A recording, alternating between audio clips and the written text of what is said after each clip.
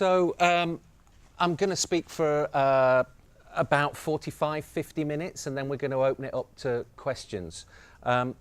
If you've got any questions, it's probably best to save them until the end, because part of the structure of the talk is to try and build different arguments on top of each other. So it's a little bit like a jigsaw, that if we focus on one part of it, the effect won't be quite as good as if you wait until the end. That's the theory anyway. It may not work out quite like that, but that's what I tell myself. So I'm going to speak particularly about racism and education. So a lot of the insights you'll need to kind of translate into your own particular working arena. I think some of the insights will be very directly applicable. Others may not be. Some of them may be a bit more general, but I think you'll certainly be able to make those connections as I go along. And as I say, very happy to enter into discussion at the end for as long as you want about how some of these things may or may not translate into your own particular work environment. So it's a great honour to be here speaking about these things. It's also a little bit strange, because part of the emphasis of my work is about not just the things that we know, but the things that we don't know. So I'm very aware that as an academic from England, there's an awful lot about the situation here that I don't know. Having said that, we live in a globalised world where a lot of political and demographic shifts happen not just across countries, but also across continents. So I think there are certainly some aspects of the situation here which are directly applicable, and maybe some of the differences will help us to understand our own situations a little bit better. So I was asked to talk in particular about the issue of racism in relation to policy and practice in education. And as I talk, these are the issues I'm going to try and cover. So first of all, to say something about the ideas of race and racism. In particular, I'm going to outline what I'm going to call a critical understanding of racism. The idea of what racism is and how it might manifest itself. Then I'm going to say something very briefly about the demographic situation in England, so that you can see some of the comparisons. And then I'm going to look in particular at how racism operates in practice through the actions of teachers and policymakers. And finally, I'm going to say something about what I've called flashpoints. So controversial questions, issues that over time in different nation states keep on reoccurring. Questions about censorship, about whose insights carry most validity. And I'll try and say something there about not just the particular issues, but maybe some principles that we can adopt in taking forward our understanding of those issues. So if we start with the idea of race and racism, as you probably know, it's widely accepted that there's no such thing as separate human races. There is one human race. The idea of consistent, biologically defined subgroups, which we can legitimately call different human races, has been exploded over certainly the last 30 odd years. The physical characteristics which are usually taken to denote race, things like skin tone, those characteristics are given different meanings at different times and in different societies. So although we kind of grow up thinking that race is obvious and fixed, a kind of natural thing, it's actually not obvious or fixed. Race changes over time, and it means different things in different societies. So for example, I could stand with a friend in the departure lounge at JFK in New York and say to the Americans in the departure lounge, is my friend black? And the majority of Americans would say, yeah, your friend's black. We get on a plane, we fly to Rio de Janeiro, we walk into the arrivals lounge, and we say to the Brazilians in the arrival lounge, is my friend black? And the majority would say, no, your friend's not black. Because black means different things in the US to what it means in Brazil. And it means different things in the US now to what it meant 40 years ago, 100 years ago. So although we're presented with race as if it's a fixed biological thing, it's not. It's an invention. It's an invention which is continually remade over time in human interaction. Now, because of that, some people put quotation marks around the word. So when they use the word race, they put a quotation mark around it to say, well, I know there's no such thing really, but I have to use the word.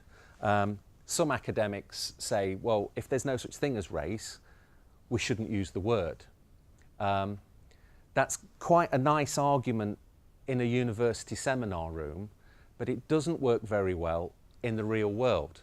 Because if you want to do something about inequalities that are associated with race, getting rid of the language doesn't help you. It's difficult to address racism if you refuse all language connected with race. So it gets very messy. The terms that we use keep changing, and our understanding of the issues changes from time to time. So it feels very uncertain. But the guiding principle for me is always what helps us to understand where the inequality comes from and what we can do about it. So if it means that my book published this year uses terms that are different to the book published 10 years ago, so be it.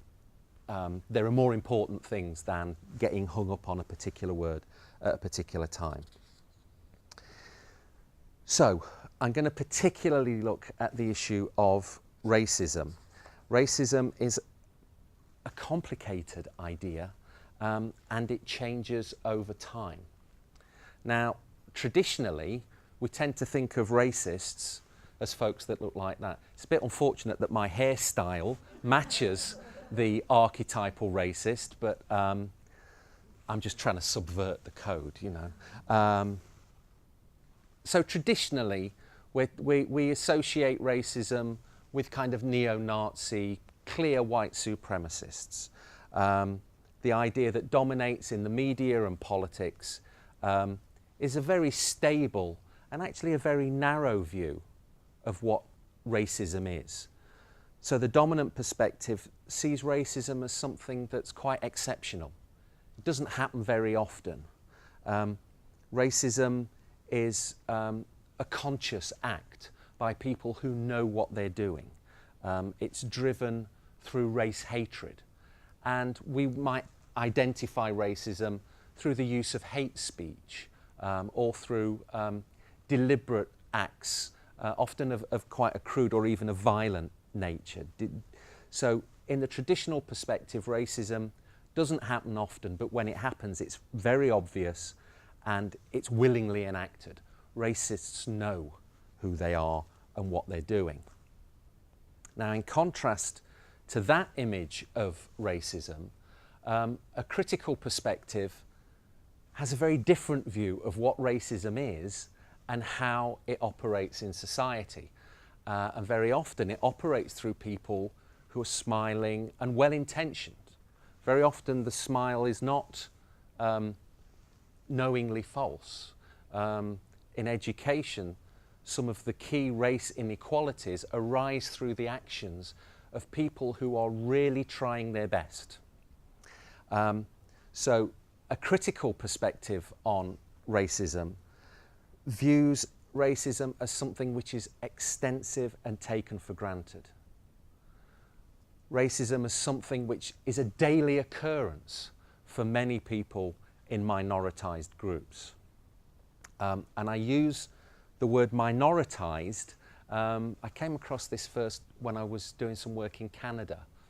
And scholars there were using it to kind of remind themselves and others that being a minority is a political construction, like being a member of a race is a social construction. So we tend to imagine that certain people are minorities because they're born a minority, whereas actually to become a minority is part of a political process. In terms of the globe, people that look like us are the minority. So even the terms that we're using to try and understand the debate sometimes smuggle in a slanted understanding of the word. So when I talk about minoritized people, I'm talking about groups that have been kind of created through political and historical processes to have a particularly different status in certain nation states. So in a critical perspective on racism, you can't identify racism by only looking for crude and obvious acts of race hatred, because racism is much more subtle than that. So in a critical perspective, you identify racism through the effect of actions and policies. If an action or a policy has the effect of disadvantaging one or more minoritized groups, then its impacts may be racist regardless of its intentions. Now, this is vital because policymakers talk a lot about their good intentions, but what matters from a critical perspective is the impact of decisions, not the intention behind them. So one of the particular kind of controversies I'm going to talk about later is an approach that's sometimes called colour blindness. The idea that, well, if we ignore race and treat everyone the same, that will guarantee fairness. Now, actually, that's one of the best ways of normalising racism, of taking race inequalities and making them look natural. And I'll say quite a bit about colourblind approaches. One key example is very often if you're looking to recruit someone to a course in higher education or to a job, if you just say, well, we don't accept people with qualifications below this single cut-off point. And the argument is, well, it's fair. If you have qualifications below this level, we're not going to consider you. But if you live in a society where certain minoritized groups have significantly less overall educational achievements, then if you design a single cut-off point, what you're doing is disadvantaging a larger proportion of that minoritized group. So if you say, we're going to teach degree courses, but only to people with a single level of qualification. Below that, we're not going to accept anyone. In the US, you will automatically be rejecting a larger number of African American students. In the UK, you'll automatically be rejecting a larger proportion of Black Caribbean students and students of Pakistani ethnic origin, for example. Without ever mentioning ethnicity, by just having a single cut-off, you make that decision, whether you're aware of it or not. Now,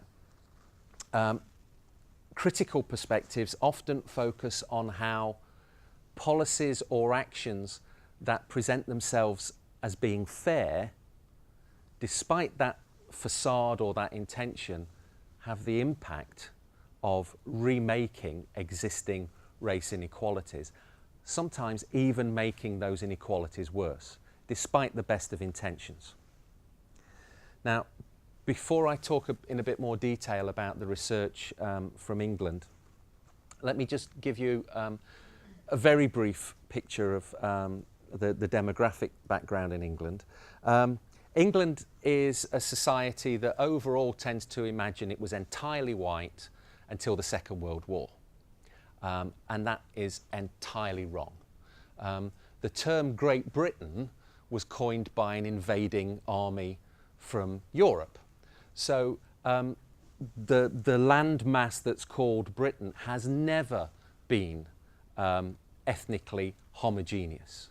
I was saying earlier, in some of my teaching, I use a proclamation that was issued by Elizabeth I 400 years ago, which licensed a Dutch trader to walk around London, round up black people and take them out of the country. And although it's written in Elizabethan language, it's written in the language of Shakespeare, the argument is very familiar as the same argument that many political parties use today. So the argument is the people who really live here and deserve to live here are angry that these other people have crept into the nation and are taking their resources. So this is 400 years ago in Elizabethan London. So the idea that ethnic diversity is new is a lie. But it works in the favour of particular groups to imagine that they have a kind of divine right to a certain piece of land. Now, in England, the majority of the adult population define themselves as white British. About 80% of adults in England and Wales describe themselves as white British. A key component of ethnic diversity in the UK is the historical involvement of Britain in the transatlantic slave trade. The Industrial Revolution was built on the slave trade. It's not often presented that way in history books. It's presented as being built on the entrepreneurship and the invention of the British. Actually, there would be no industrial revolution without the slave trade. People talk about globalization now. The first global trade was a trade in human beings. So again, this idea of how certain words take on particular meanings. So 80% of the adult population define themselves as white British, but the minoritized population has a much younger age profile. So in certain areas of society, like education, things look very different than they do to the adult world. So when we look at the population of children as they start school, aged 5, 65% of the school population are defined as white British. And in certain parts of the country, like Birmingham, where I work, like London, white British children are a minority in the school system. So the kind of image of the nation that dominates politics is very different to the image of the nation that you see if you walk around schools. And that's quite important, again, for the mismatch between rhetoric at the kind of national level and the reality on the ground in certain parts of the country. Now, in terms of overall achievement, different nations measure achievement in education in different ways. In England at the moment, the dominant measure is in the exams that kids take when they're age 16, do they get 5 or more higher pass grades, including pass grades in English and mathematics. And this shows the proportion of kids in state schools who reach that level of achievement. And as you can see, the highest achieving group are children who identify their family origins in India. The majority of these students in all of these groups were born in the UK, but they trace their family origins back to countries which have a particular colonial relationship with the UK. If you look at different census categories that are used in the States, they're different to the ethnic categories that are used in Britain. Every country decides its own categories that make sense in terms of its own historical and contemporary makeup. Now, there are many, many more ethnic groups than this in the UK.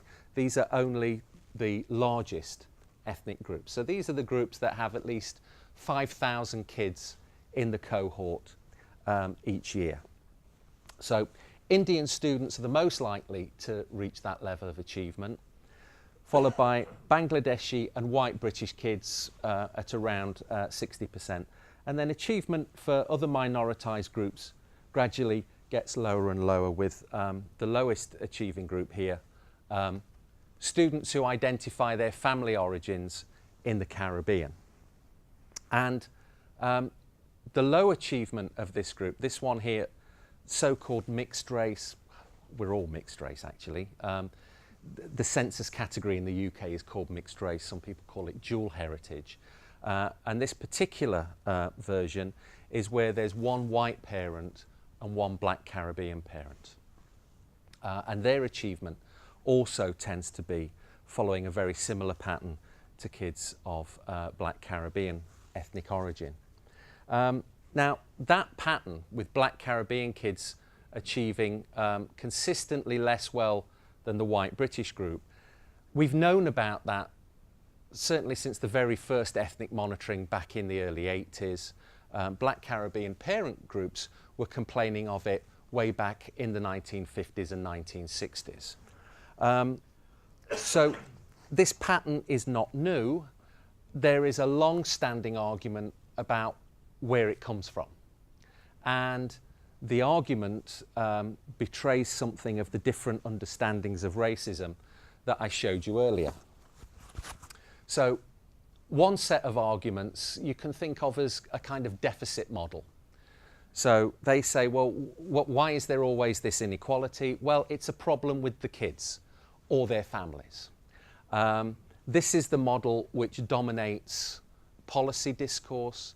It dominates language in the media. So why do black students do less well than white students on the whole? Well, they're less intelligent. They have less ability. Some people still cling to the notion of IQ.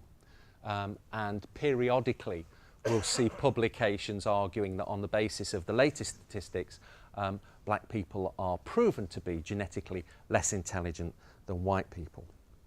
This argument has been destroyed academically for at least the last 30 odd years. But it refuses to go away. I'll say something more about ideas about ability and what it is and who has it. I'll say something more about that in a little while. But this argument about intelligence refuses to go away. And one of the reasons it refuses to go away is that it makes white people feel better about their own privilege. It's not our fault, we just happen to be clever. And it also serves particular political interests. The studies that come out of the US about race and intelligence are funded on the whole by a very small number of very right-wing interest groups, think tanks. So the work tends not to meet basic scientific requirements, but gets a lot of publicity because it's funded to the tune of millions of dollars. If they're not arguing about ability, there's a very common argument about effort. Well, some kids just don't work as hard as others, and you know, some groups are lazy. You know, this is a long-standing stereotype. Again, going back to the days of slavery. So the argument is, well, black students don't do very well because they just don't work hard. They're more interested in having the right trainers or in music than they are in achievement in schools. That argument is very powerful, despite the fact that actually the research evidence suggests that black students have higher aspirations of themselves in education and spend longer on their homework than white kids of the same gender and social class background. Another argument is that, well, black families aren't as supportive. They're more disrupted, they're not a stable background. And again, there's lots of research evidence to show that the amount of support that black students receive extends beyond just the people in the household that they live in. They have wider networks of support, and that black parents tend to have higher educational aspirations of their children than their white counterparts. So these arguments, the research doesn't support these arguments, but they're continually paraded in the media and in politics. Arguments that take what I'll call a social justice perspective tend to focus, rather than focusing on, if you like, the victims of inequality, these arguments focus on the system. How is inequality made and reinforced by the system? And part of the argument is here what I'll call intersectional inequalities, the influence of class, gender, disability, sexuality. These kind of axes of differentiation, ways in which the population sees itself as broken down and is treated differently. These all have an impact. But in terms of understanding race inequalities, I'd argue possibly the single most important issue is racism. And a lot of people in England, well, and elsewhere, think that I'm mad because I argue that. Because the idea that black educational achievement, which has been at this lower level for decades, the idea that that is a result of racism in the system, for many white people is unthinkable, because they hang on to the image of racism as something which is done by neo-Nazis and skinheads. So how can that kind of racism still be present in an education system in the 21st century? But if you shift to a critical understanding of racism, then suddenly it becomes clearer how racism actually saturates the education system through the kind of routine, day-to-day actions and procedures which don't stand out. It's just how schools operate. So racism becomes a kind of normal part of how the society works. Now, for more than 2 decades, there's been a growing amount of research in schools, particularly qualitative research. So research that involves people interviewing teachers and students, sitting in on lessons, just walking around schools and seeing the life of the school. These studies have been done by different researchers of different genders, different ethnicities, funded by different groups, working in different schools in different parts of the country, but they tend to have findings which are remarkably consistent. In terms of black British students, the findings continually suggest that white teachers' expectations of black students typically underestimate their ability, but overestimate an element of challenge and threat. So to put it bluntly, white teachers, when they see a black child, tend to be on alert for signs of trouble. They're not on alert for signs of academic giftedness.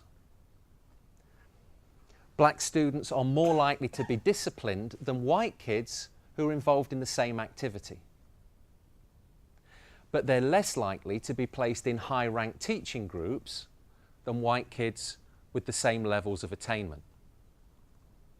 And overall, teachers tend to assume that black families are disrupted and not supportive of education. As I've already said, that's a stereotype. It's absolutely not borne out by the evidence, but it very powerfully operates in the staff room when teachers talk about black students, and it operates when teachers make decisions about which kids get what kind of teaching. So these perspectives are absolutely vital because they change the kind of education that kids receive. Even black students taught in the same room as white students by the same teacher, research suggests they tend to get a different kind of experience. They're told off more often, they're praised less often. They cover less of the curriculum. And in many education systems, there's selection as kids move through the system. So increasingly, black students wind up in lower ranked teaching groups where they're taught by less qualified teachers and they cover less of the curriculum and, of course, end up doing less well in examinations. But this all happens through a series of processes that kind of operate on a lesson by lesson, day-to-day process. There's nothing dramatic or obvious about this. It's very much that kind of more subtle form of racism, although the impacts are just as dramatic. Now, that's the view of kind of what happens in the classroom. Very often you can't understand what happens in the classroom without understanding the wider kind of policy framework. What priorities are being set by local and national policymakers. So we also have to think about wider policy contexts. And policymakers often assume that colourblind policy is the best way forward. And by that, I mean an assertion that we're going to treat everyone the same. We're going to be blind to colour. I've been to schools where head teachers say, well, we don't notice what colour people are. We treat everyone the same. And very often they really mean that. But when you go into a classroom or you look at the detention book to see which kids are being held back or which kids are being expelled from education altogether, they're not treating everyone the same. In fact, the history of humanity is that human beings tend to be very sensitive to colour. So the argument that we treat everyone the same sounds great, but very rarely is it borne out in practice. I'll give you one very clear example of this. So I've already mentioned that for about 20 odd years, research has shown very consistently, this is one of the most consistent findings in research on race and education in the UK and in the US. If you ask white teachers to rank their students according to a measure of ability or motivation, white kids are overrepresented in the top groups and black students are overrepresented in the bottom groups. Now, because it's such a consistent finding, back in the early 2000s when Tony Blair announced that the British government were going to bring in something called a Gifted and Talented Initiative. We're going to identify our most able 10% of students and they'll get the best teachers, they'll get more resources.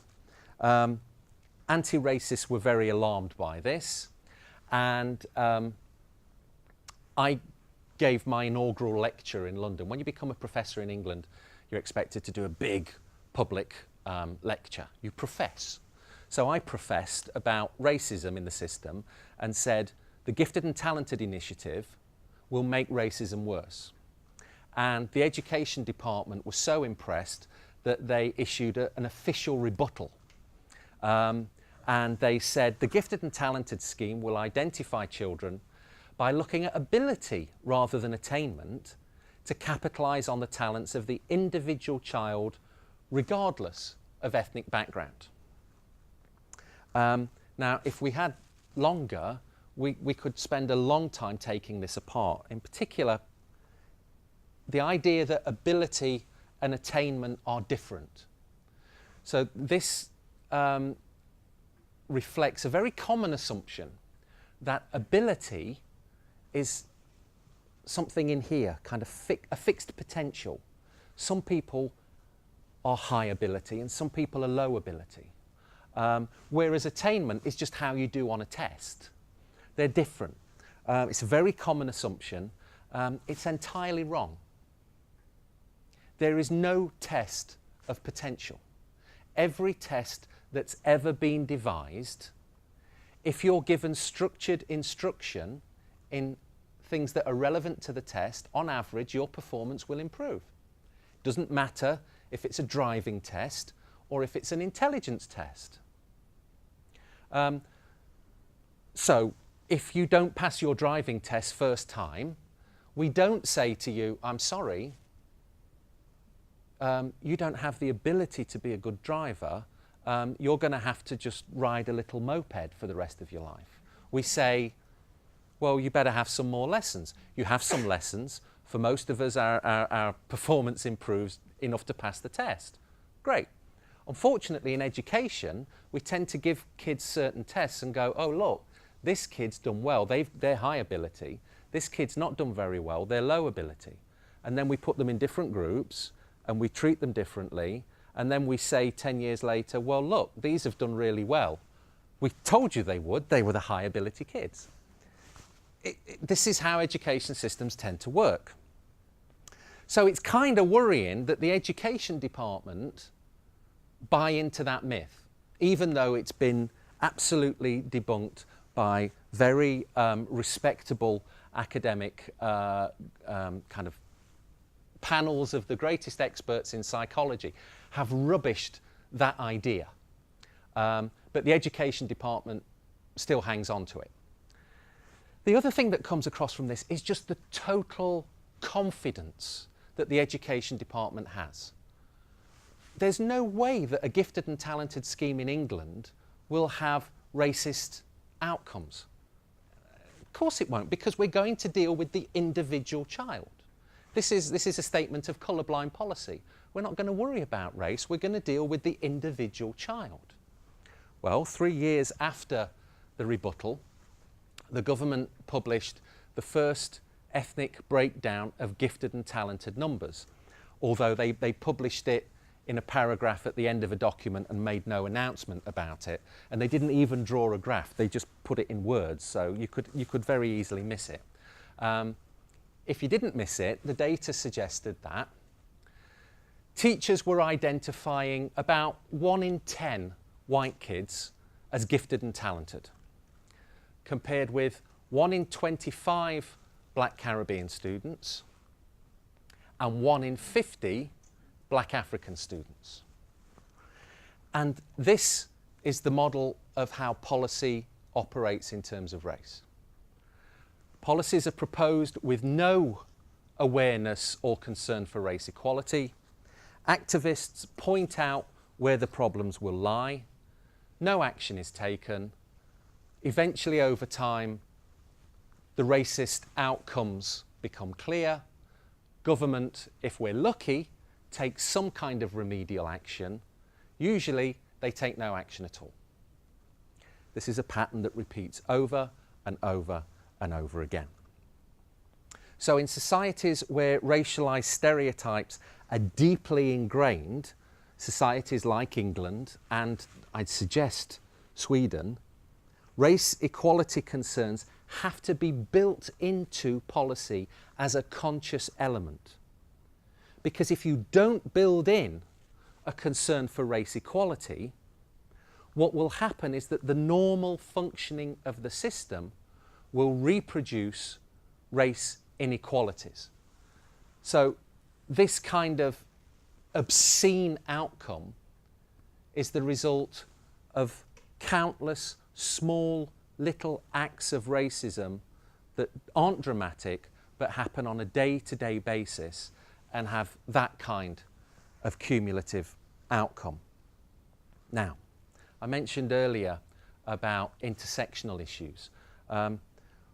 Whenever I speak about racism in England, particularly when I speak to predominantly white audiences, people want to talk about social class. They don't want to talk about race.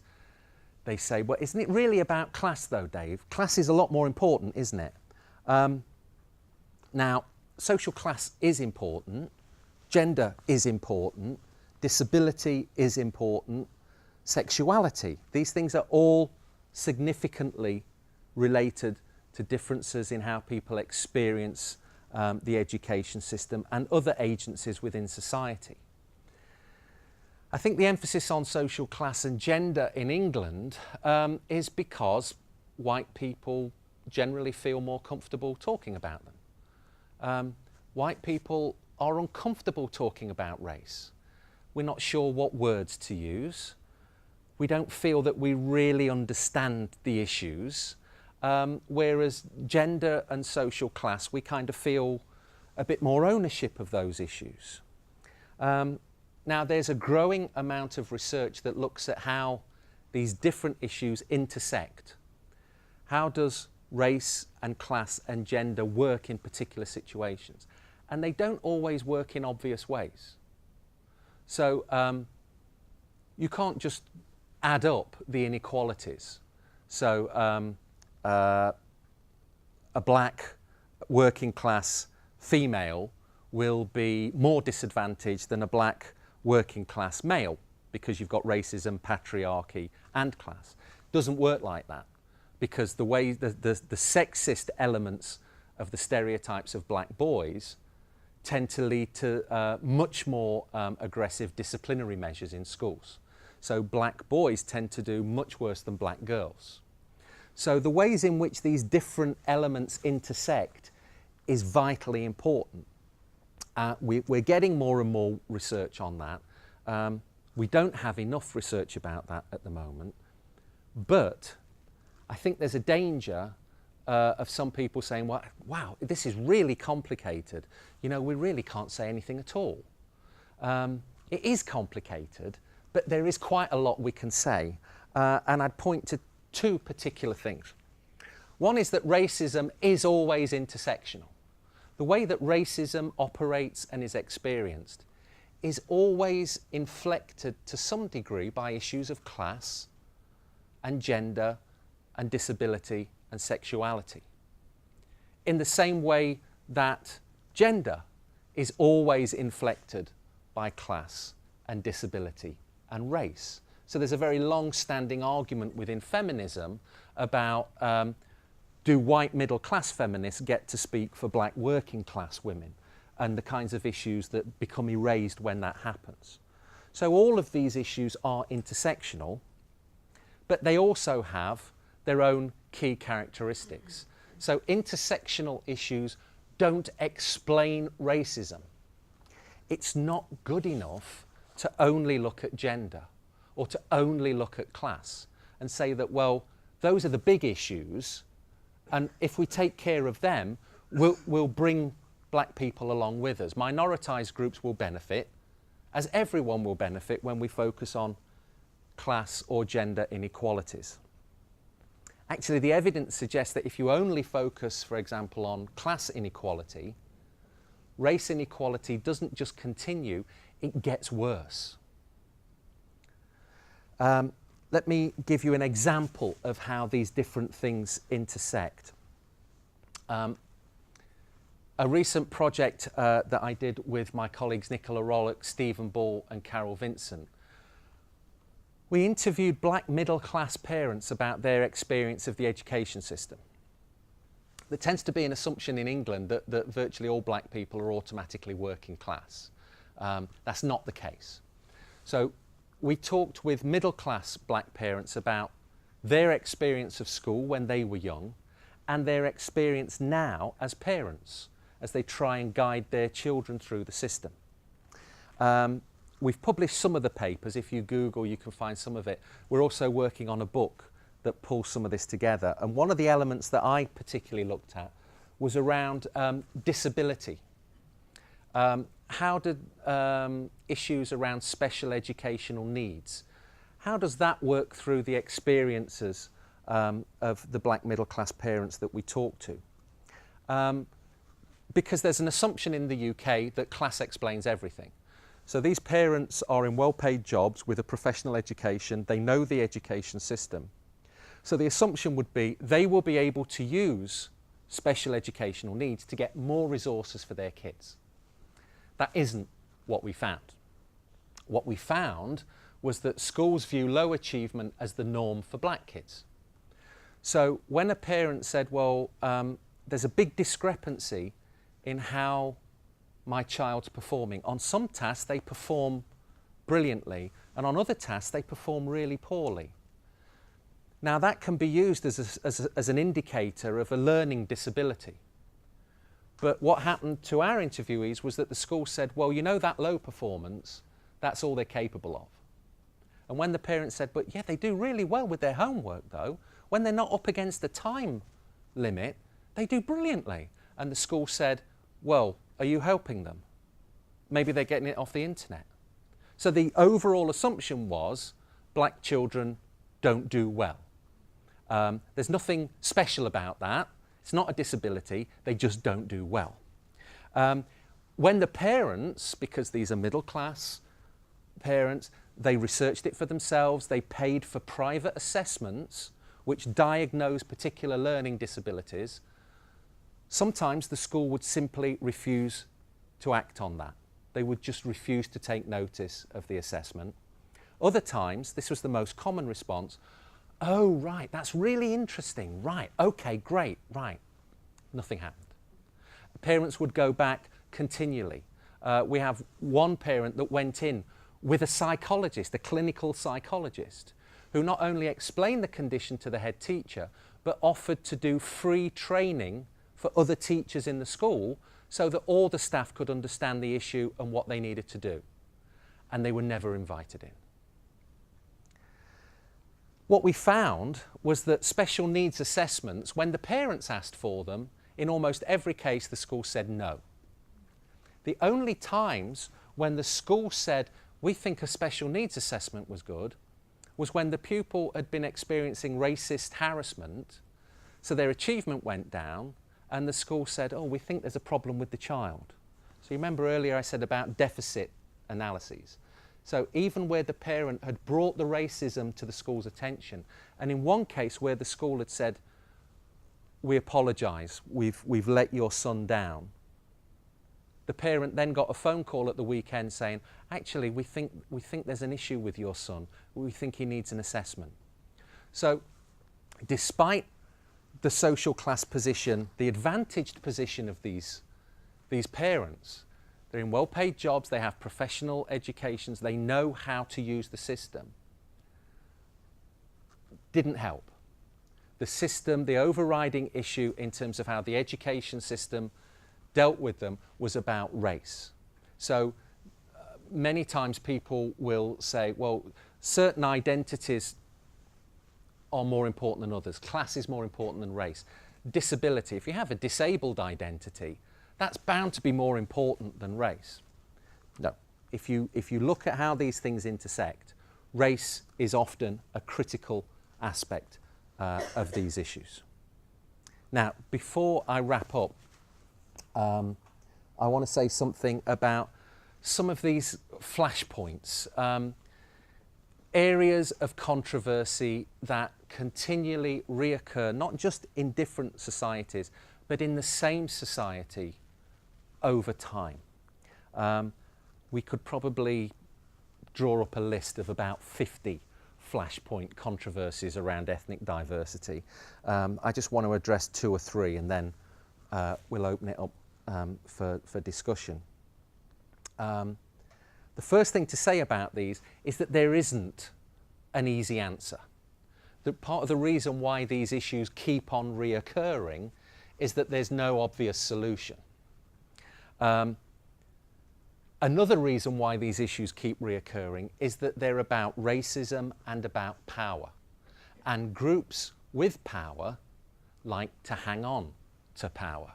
So some of these issues that question the status quo become very heated politically because they address deeper underlying issues than the particular issue that you might think of as being at stake when you read the newspaper article or you get a phone call from a journalist asking you for a soundbite on the latest controversy. So what we continually have to do on these is to examine our own assumptions and, going back to that critical perspective, the consequences of our actions.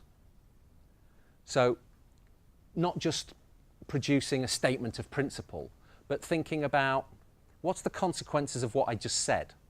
Can that principle be enacted in a more sensitive way that might have better consequences? So the first of these kind of controversies I've already spoken about, around colourblind policy. The British government at the moment say that a colourblind policy is the only fair way. The Home Secretary, the politician with personal responsibility for immigration, law and order and equality, has said we have to forget about these things like ethnicity. They're just boxes on a form. We have to remember that Britain is a nation of 62 million individuals. So forget about those wider things, gender, race. You're all individuals. Now, as I've already argued, the idea that colourblind is the best way forward actually rests on the assumption that if we don't talk about race and racism, it won't have any impact. But I've already shown you that racism operates in ways that are consistent and predictable and in many ways violent, but it happens through small-scale routine decisions. So to say we treat everyone the same might be a statement of intent. It's very rarely a statement of fact. Human beings have a tendency not to treat other groups of humans in the same way. So, for example, if we think about what does a successful anti-racist school look like, and some of these insights might be useful to you in thinking about how do you work with different communities. How do you have a successful approach to museums in a multicultural and anti-racist vein rather than a colourblind vein? So these are the characteristics of schools that have made anti-racism work, where minoritised groups tend to achieve well and to feel involved, and where white folks also feel a legitimate stake in what goes on. Successful anti-racist schools also include white people just as much as minoritised groups.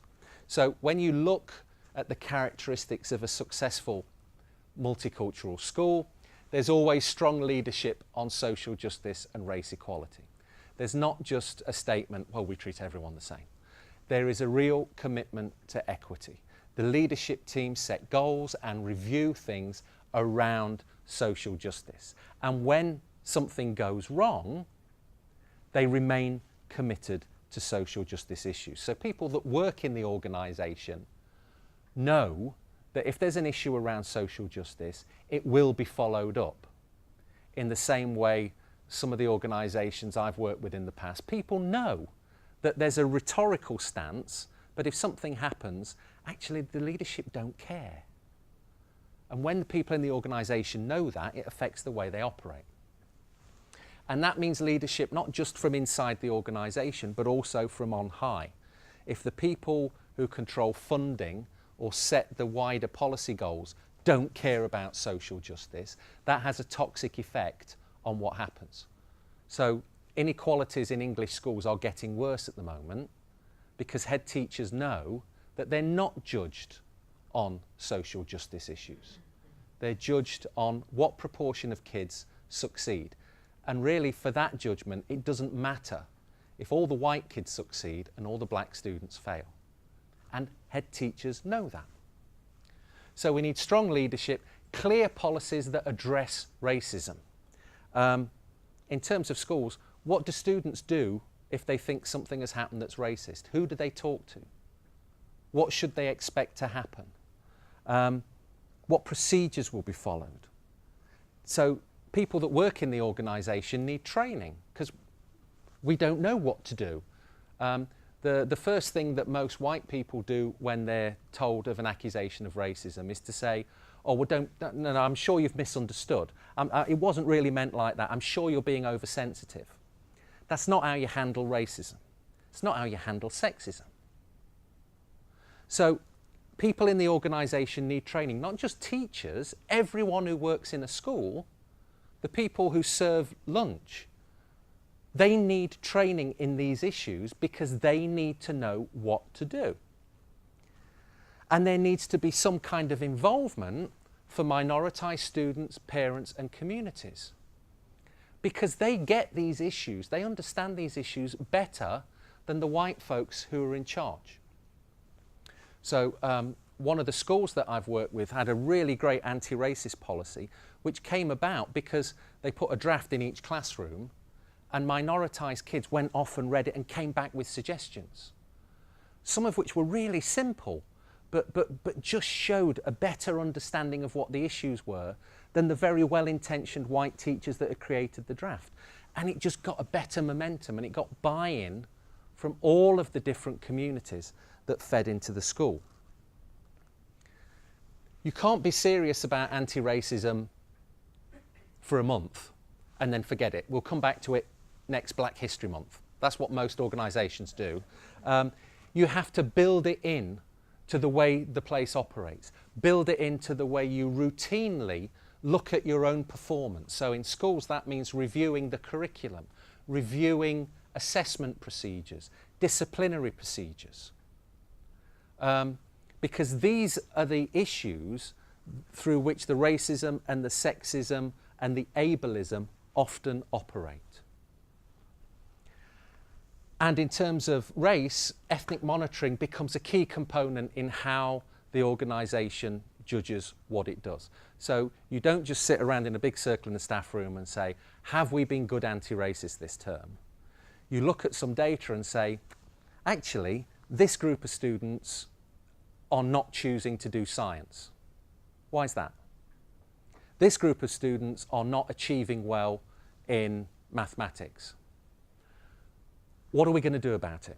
You don't have an argument about, well, is it because they're eating the wrong food? Is it because they're genetically less intelligent? You say, well, this is a thing we have some control over. What can we do to change this distribution? So very simple monitoring becomes a key part of how the organisation reviews its own performance. These look like relatively simple steps. They're very threatening for some people. You'll make mistakes, but the evidence suggests that if you persevere with these, you can absolutely revolutionise what happens in the organisation. Now, another flashpoint is around freedom of speech versus race hatred. And some of these images will be somewhat familiar. I could put up just as many examples to the UK or to the US. Now, part of the problem with these issues is, again, the words we use to describe them. So when minoritized groups talk about race hatred through images like this, it's then presented very often in the media as a debate about censorship. That instantly tells the reader that this is an issue about control, about the removal of your majority rights, rather than saying this is an issue about protection, about extending the same protection to minoritized groups that we would expect if these acts of aggression and violence were directed against the majority group. And these are acts of violence. I mean, there are theories that talk about this, but really on a visceral level, I mean, this thing went viral around the world. I worked with people who were made to feel physically ill just watching that video. This is not a kind of an issue for a university seminar room where we debate and we're terribly clever. Some of this stuff really hits in the gut, and it has consequences on the street. In the UK, we know that whenever a government minister makes a statement about immigration, the number of race attacks on the street goes up. We've known that for about 10 or 15 years. Now, these are complicated questions, and we can deal with each of them in isolation, but we also have to think about them in relation to those wider issues about power and oppression and violence. Again, there's no simple answer. There's a couple of things that I would point out. One is that every nation that I'm aware of has limits on speech. There are libel laws. There are slander laws. We're not able to just say whatever we want about anyone. Some states ban particular forms of hate speech. So some countries have separate laws around, for example, racist or homophobic speech. But there's always controversy when the majority feel that their privileges are being questioned. And when that happens, we have to think about the ways in which the debate is being staged. Is this a debate about freedom of expression, or is it a debate about legitimate protection of less powerful groups? And how do we ensure that all parts of that spectrum are listened to? Secondly, we have to constantly question our own assumptions, because none of these discourses operate in a social vacuum. hate speech and derogatory images have different effects depending on race, class, gender, sexuality. White middle-class people are usually the most secure and the most privileged.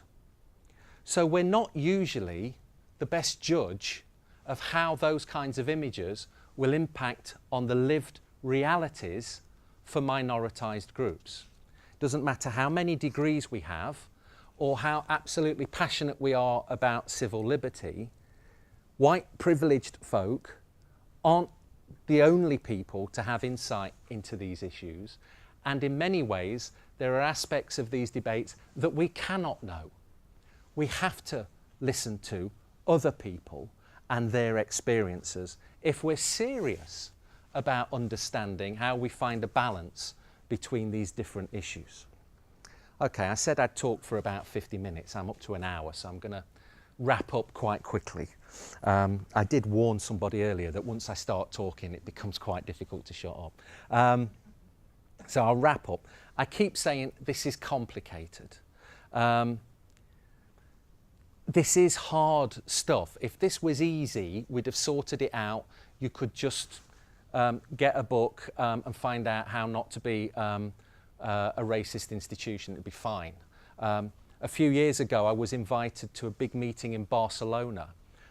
Catalan had an influx of migrants over a 10-year period that completely reshaped the way it thought about issues. And so they brought in experts from around the world to say, look, we don't know how best to respond. Tell us what to do.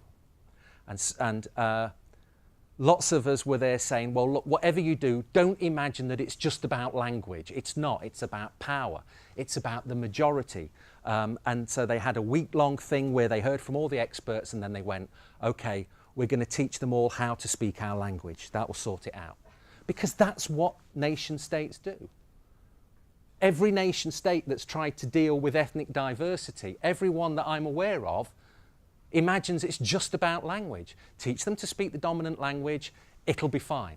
In England, they're still saying that. Both major political parties' views on migration is, well, we just teach them how to speak English. There's no focus on what does the majority need to do. I'll teach them how to speak English, they'll be fine. Despite all of the evidence. So it's complicated. What I'm going to suggest we need to do is to de-centre whiteness. I'm not suggesting that white folks shut up. I'm going to explain what I mean by this image. I'm not telling you to be quiet.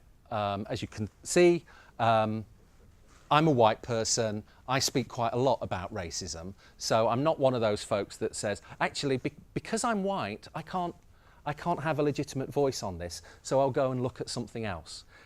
That feels quite comfortable, but it's one of the ways in which race issues continue to be at the margin.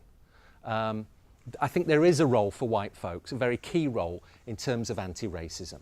But the role involves decentering whiteness. By decentering, I mean taking the assumptions and the interests of white folks and shifting them away from the centre of the argument. Because, as I've argued, white people are not the experts when it comes to these issues. So all of the arguments that I've discussed about censorship, about policy, intention versus outcome, these issues are dominated by the interests and the assumptions of white people. So for white people, intent is crucial because we're afraid that we'll be accused of something we didn't mean to do. That's quite a scary situation to be in. We worry that we might not know what to do and that we might have to change things that we've always done it that way, but we might suddenly be faced with the idea that that's not the best way of doing something. So suddenly we're not the experts.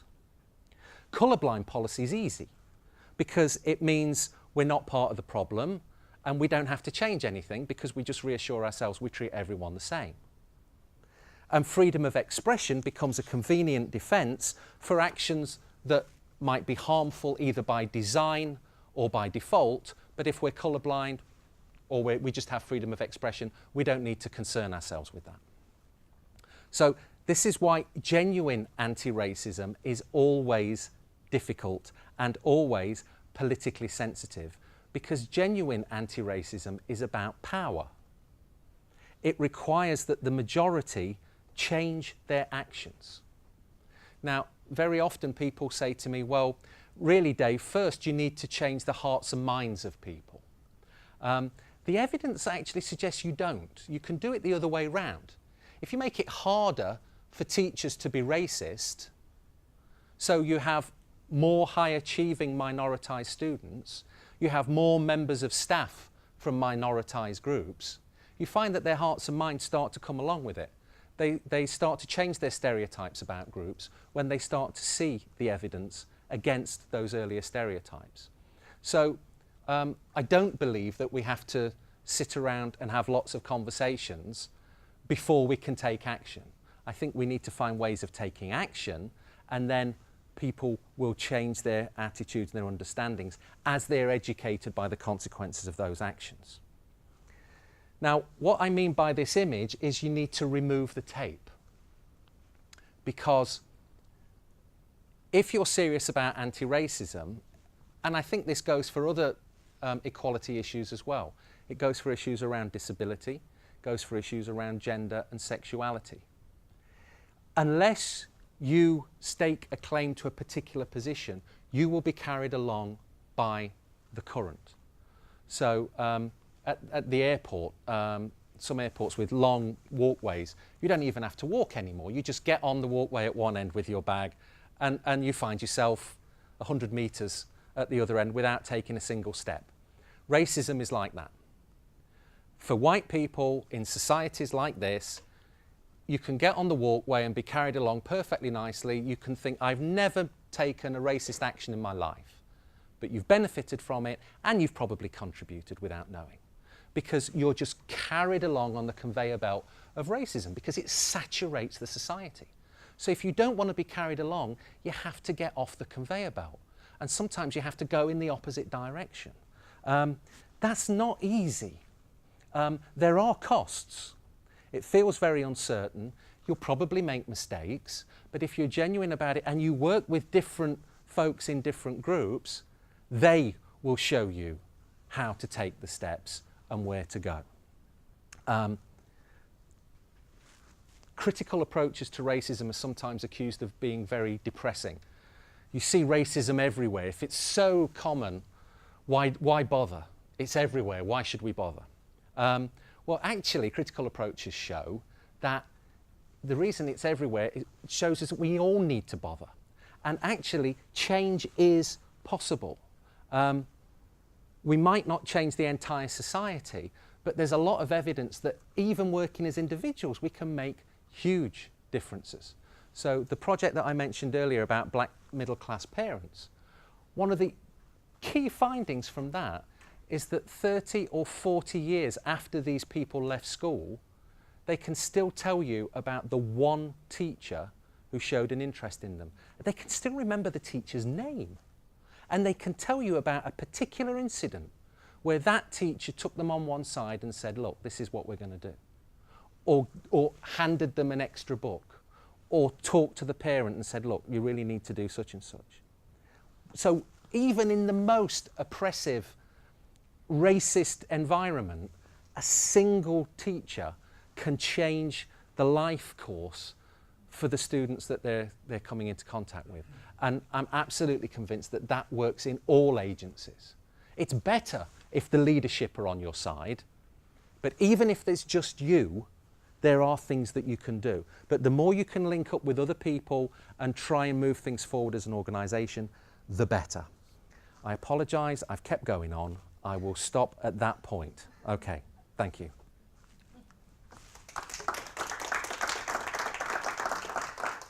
I think issues like the controversy around the cake, around the Tintin book, these things reoccur over time in different nations and in the same nation. The issue is never completely resolved. It tends to keep on reoccurring.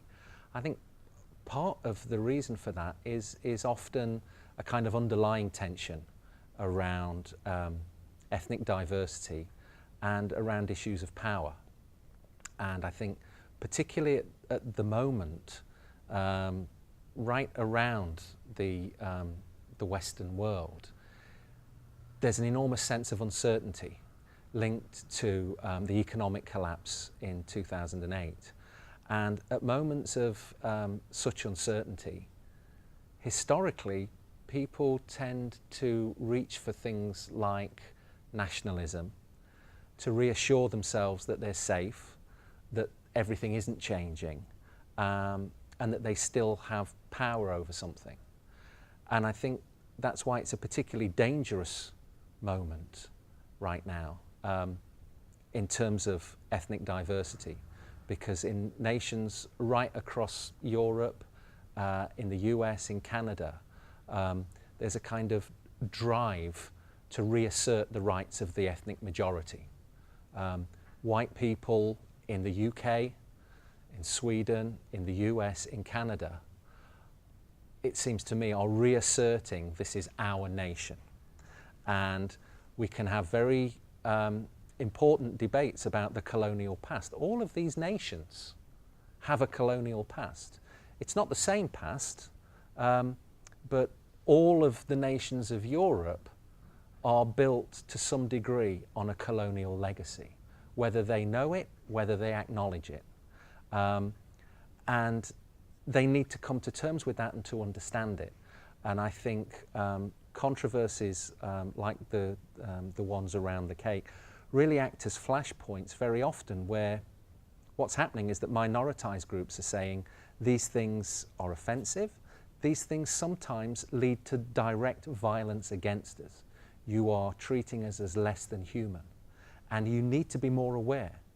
And what tends to happen is that the group with the majority of power says, you don't get to tell us what to do. We believe in freedom of speech, or we don't like censorship. And that becomes, that very good principle is then perverted to become a defense. It becomes an argument that we get to say and do whatever we like. So there has to be some kind of real dialogue between different groups to understand how we can use these issues to move forward, to have a better understanding of each other, but also of ourselves, a better understanding of our colonial past and how we came to this particular situation. Otherwise, we'll just keep on remaking the mistakes of the past. These issues are always very complicated, and they're always politically sensitive, because we're not simply talking about a question of simple fact, that there's one way of representing the past or understanding the present. We're talking about differences of experience. So an image which looks playful to one group may be highly offensive to another group. And rather than the majority simply asserting its right to do whatever it wants, or saying, well, our perspective is the correct one, what we need is some greater kind of intercultural dialogue, a greater willingness to understand how these things are experienced by other groups. So, for example, an organisation entirely populated by white middle-class professionals is not best placed to understand the experience of minoritized groups in society, in the same way that men are not the best placed people to understand how to deal with sexual violence against women. You have to involve different perspectives, different understandings. So if you're an all-white organisation, that means you have to find ways of working with minoritized groups, work with different communities, work with different individuals, different artists. Sometimes things will go wrong because, for example, my understanding was the cake was made by a black man. And to kind of address issues around sexual violence, female circumcision. So even the most well-intentioned man doesn't get those issues, doesn't understand those issues in the same way as the women who are on the receiving end of that kind of sexual violence. So you need to involve those other groups. And if you make a mistake, if you do something that's really well-intentioned, but offends one of the groups that you want to work with, you have to learn from that. You have to say, I made a mistake. Talk with the group. How would we have done this better? What would be a different way of working? To simply say, oh, well, I intended something else, isn't good enough. These things are very complicated, and we all make mistakes. I make mistakes in the ways in which I do my work sometimes, and I have to listen when students or colleagues suggest that there's a different way of understanding an issue or a different way of talking about it. So these things are never complete. You can't take a course on anti-racism and suddenly become an expert and never make a mistake again. We constantly keep tripping up because these issues are complicated and they change. Racism operates in different ways. So there's no simple solution, but working with different groups of people and taking their views seriously, I think, is one of the best ways of starting to address the issue.